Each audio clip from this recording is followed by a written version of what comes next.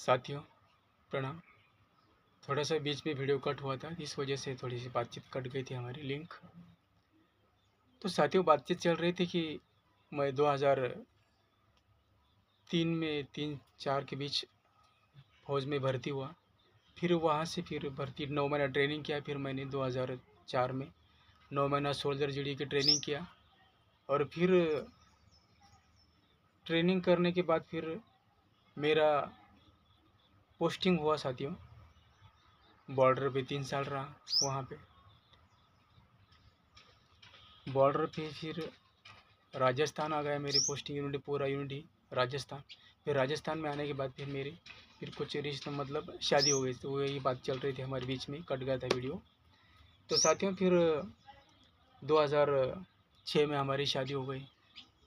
अच्छी तरह से हमारे मतलब सब कुछ ठीक ठाक सा हो गया था कि 2 साल मेरा आना जाना चालू रहा। आर्मी के अंदर था मैं। तो फिर साल में 2-3 बार छुट्टी मिलती थी, तो उतने में मैं घर आता था। ज़्यादा छुट्टी मिलती नहीं, आप सभी को तो पता है फौज के अंदर। और जैसे ही मतलब साथियों 2 साल बीत गए हमारे, फिर तीसरा साल लग गया 2009 और 10 के बीच की बात बता रहा हूँ। फिर अनबन सी शुरू हो गई। क्या कहे अभी, क्या कहूँ मैं। किसी को भला बुरा नहीं कहूँगा मैं। वो तो जो विधि लिखित होता है वही होता है। हमारे चाहने सोचने से यहाँ से संसार में कुछ नहीं होता।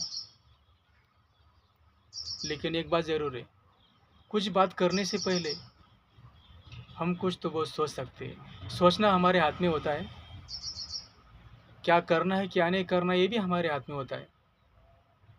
लेकिन क्या है ना साथियों, फिर 2010 में फिर एक दूसरे से फिर हम अलग हो गए। उसकी माता जी ने उसने भी कहा कि मैं आपके बगैर 1 साल तक दूर नहीं रहूँगी। फिर मैंने ऐसे ही फिर मैंने सोचा कि अभी दूर नहीं रह सकते ना, तेरे लिए मैं अभी नौकरी छोड़कर ही घर आ जाता हूँ। फिर मैंने 2010 में फिर रिज़ाइन दिया साथियों। आर्मी का रिज़ाइन दिया मैंने। पहली बात तो आर्मी में रिज़ाइन दे ही नहीं रहे थे वो। मैंने बोला साहब मुझे गोली मार दो, लेकिन मुझे यहाँ रुकना नहीं है। मुझे आप गोली मार दो। बोले ऐसा ही करते। एक साहब थे हमारे, कर्नल साहब थे, मेजर। तो बोले समाधान ऐसा ही हो जाता, लेकिन हमारे भारत देश के अंदर ऐसी इजाज़त नहीं है ना किसी को गोली मारने की। अगर अदर स्टेट में ऐसा होता है, जो भी फौजी अगर आर्मी की नौकरी छोड़कर अगर कोई रिज़ाइन देना चाहता है, नौकरी छोड़ के जाना चाहता है, तो उसमें उसको उस वहाँ पे गोली से मार दिया जाता है, गद्दार करार देकर।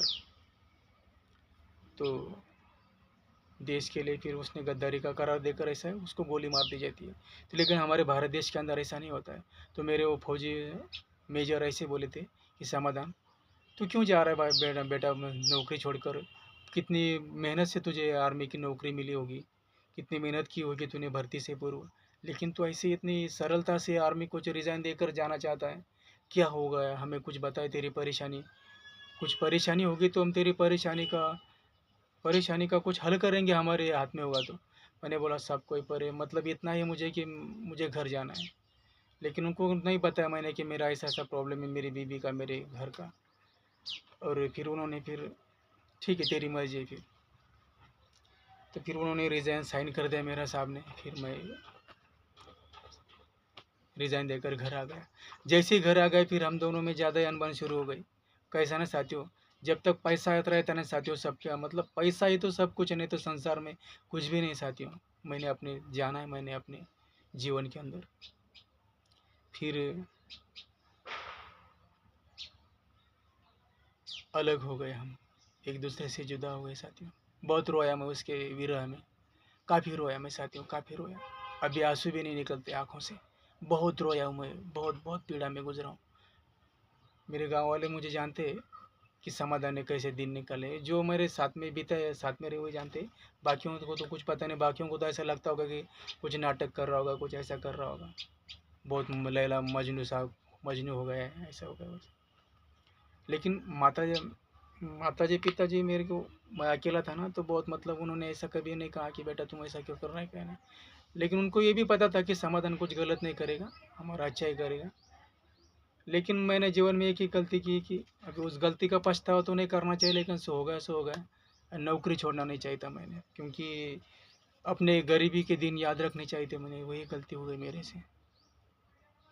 मैं अपनी बीती हुई बातों को कितनी कड़ी मेहनत के साथ मुझे न इस प्रकृति ने, इस ईश्वर ने मुझे वो नौकरी प्रदान की थी, मेरी मेहनत ने, मेरी लगन ने। लेकिन ऐसे ही मैंने एक पल के मोह में आकर उस नौकरी का रिज़ाइन दे दिया साथियों। ऐसा नहीं करना चाहिए था मैंने। फिर जैसे ही रिज़ाइन दिया, बस 2-3 महीने के अंदर ही फिर हम एक दूसरे से अलग ही हो गए। 2010 की एंडिंग में अलग हुए, तो अब ये 2024 चल रहा है। तो फिर वो कहाँ है उसका भी पता नहीं, और मेरे बारे में भी उसको पता नहीं है। ना उसका फ़ोन आता है, ना मुझे उसके बारे में कुछ पता है। वो जहाँ रहते थे वो गांव छोड़कर ही चले गए, और कहाँ चले गए उसके बारे में भी मुझे पता नहीं साथियों, क्या कहें। बहुत रोया मैं। हमारे इधर लोनार सरोवर आता है, कमरजा माता जी का मंदिर है वहाँ पर, खारे पानी का। वहाँ की भी मैंने बहुत काफ़ी सारे वीडियो बनाए, लेकिन ये मेरे रहस्य, मेरा एक गूढ़ रहस्य मैंने आज तक नहीं बताया साथियों, कि मेरे जीवन में भी क्या हुआ क्या नहीं हुआ। लेकिन ये 2024 चल रहा है, मैं इस वीडियो के अंदर माध्यम से आप सभी को बता रहा हूँ। मैं मेरी अधूरी जीवन यात्रा के अंदर, उस कहानी के अंदर मैंने कुछ सारांश, पूरा सारांश मेरा जीवन का मैंने वहाँ पे लिख रखा है। लेकिन वो सोशल मीडिया पे नहीं डाला था मैंने, राइटर नोवेल के ऊपर ही डाला है मैंने, और अपना फेसबुक पर डाला है मेरे कहानी का ये सारांश। कुछ भी ज़्यादा मेरी अधूरी जीवन यात्रा, ये मेरे मेरे लाइफ के अंदर का जो भी मेरा प्रॉब्लम था, जो भी मेरा गूढ़ रहस्य थे साथियों, मैंने अब तक कभी बताने का प्रयास नहीं किया। मैंने ऐसे ही मेरे हृदय के अंदर दबा के रखी। लेकिन मैंने सोचा कि चलो कोई बात नहीं, आप मेरे हो मैं आपका हूँ, इस नाते से मैं आप सभी को मेरे रहस्य, मेरी बातें, मेरे जीवन का कुछ बीती हुई लम्हे, यादें आप सभी को मैं इस वीडियो के माध्यम से साझा कर रहा हूँ साथियों। कुछ भूल चूक हो जाएगी तो मुझे क्षमा कीजिएगा। ना मैं कुछ अपना बड़ेपन बता रहा हूँ, ना कुछ मेरा इसमें कुछ भी स्वार्थ नहीं है। और जो मुझसे, मेरी बीवी मुझसे बिछड़ गई है, मेरी प्राण प्रिय, मेरे मतलब बहुत चाहा मैंने उसको, बहुत प्यार किया। मैं उधर सरोवर के, तालाब सरोवर के जाता था, बहुत रोता था साथियों। काफ़ी रोया मैं उसकी याद में, बहुत रोया। ऐसा रोया ना साथियों कि अकेला रहता था ना मैं ज़्यादा, बहुत रोया मैं उसके लिए। पेड़ों को ऐसे बिलक बिलक कर रोता था मैं। आज भी देखिए, बहुत रोया मैं उसके लिए। लेकिन बस मैं यही दुआ करूँगा उसके लिए कि संसार में वो जहाँ कहीं भी हो, प्रेम से रहे, उसकी सकल मनोरथ सिद्ध हो जाए बस। क्योंकि वो अगर मुझसे दूर नहीं होती ना, तो मैं अपने आप को नहीं जान पाता। अब ऐसा लगता है कि जीवन के सभी रहस्य, सभी भेद खुल गए। अब पाने जानने की कोई चाह ही नहीं रही मेरे भीतर, ना भी किसी चीज़ का मोह ना लगाव, सब निरर्थक लगते हैं। कुछ पाने जानने की अभी चाहती नहीं रही हृदय के अंदर। जो भी है उसी में मैं जीना चाहता हूँ, अपने आप में जीना चाहता हूँ। तुम्हारा बहुत बहुत शुक्रिया। तुम जहाँ कहाँ भी हो, खुशी से अपना जीवन व्यतीत करना। लेकिन मेरी तुमसे बहुत बस इतनी ही विनती है, और किसी के साथ ऐसा धोखा मत करना।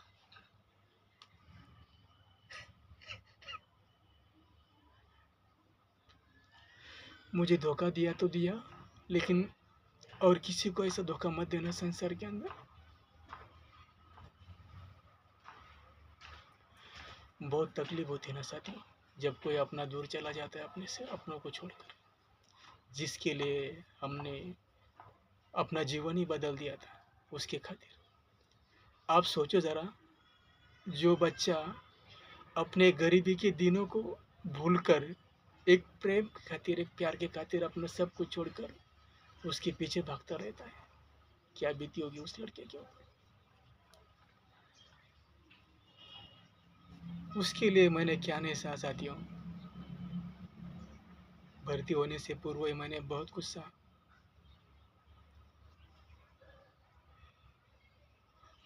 क्या कहे, अब मेरे शब्द ही नहीं रहे मेरे पास। ऐसा ना साथियों, जिसके ऊपर बीतती है उसी को पता चलता है। आजकल तो नौकरी मिलना बहुत सा कठिन सा हो गया है। नौकरी के लिए बहुत तरसते हैं लोग, बच्चे कितने तरसते हैं, कितनी काफ़ी सारी पढ़ाइयाँ करते, डिग्रियाँ प्राप्त करते, इधर उधर घूमते रहते, फिर भी नौकरी नहीं मिलती।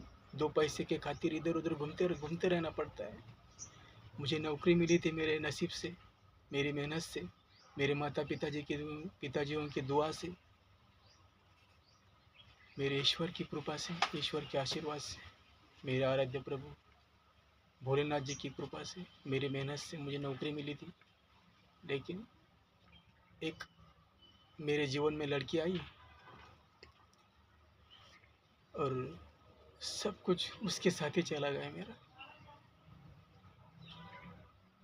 सब कुछ उसके साथ ही चला गया।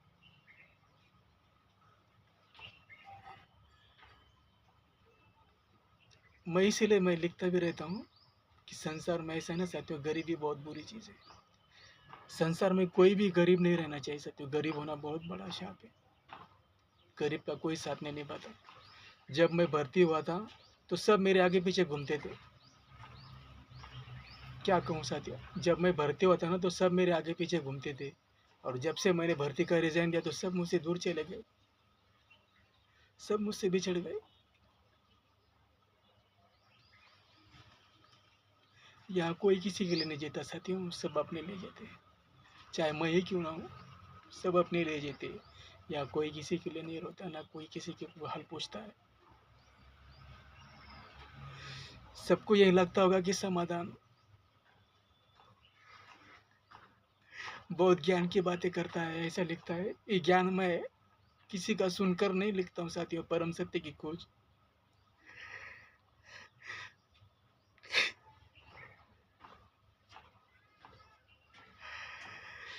अपने प्राण प्रिय पत्नी की विरह में मैं बहुत रोया साथियों। पेड़ों को बिलक बिलक कर रोता था मैं। कमरजा माता जी के मंदिर में मैं अकेला रहता था साथियों, रात रात को। वहाँ पूरे चारों ओर से जो घना जंगल है, जंगलों में मैं अकेला रहता था, साधु संतों के साथ रहा, लेकिन गलत राह पर नहीं चला गया साथियों। मैं अपने आप को बहुत संभाला मैंने, किसी भी गलत राह पर नहीं चला गया। मैं चाय भी नहीं पीता हूँ साथियों, क्या बताऊँ आपको मैं अपनी कहानी। जो भी रूखी सूखी मिलती है रोटी, मैं उसी में समाधानी रहता हूँ। तो कोई किसी के लिए नौकरी नहीं छोड़ता ना साथियों, लेकिन मैंने एक वचन दिया ना, उसको वचन दिया था कि अगर तुम मेरे से 1 साल तक नहीं दूर रह सकती तो मैं तेरे लिए रिजाइन देकर घर आता हूँ। तो मैंने अपना वचन तो निभाया, लेकिन जैसे ही मैं नौकरी छोड़कर घर चला आया ना साथियों, तो मुझे छोड़कर चले गई कुछ बहाना बनाकर।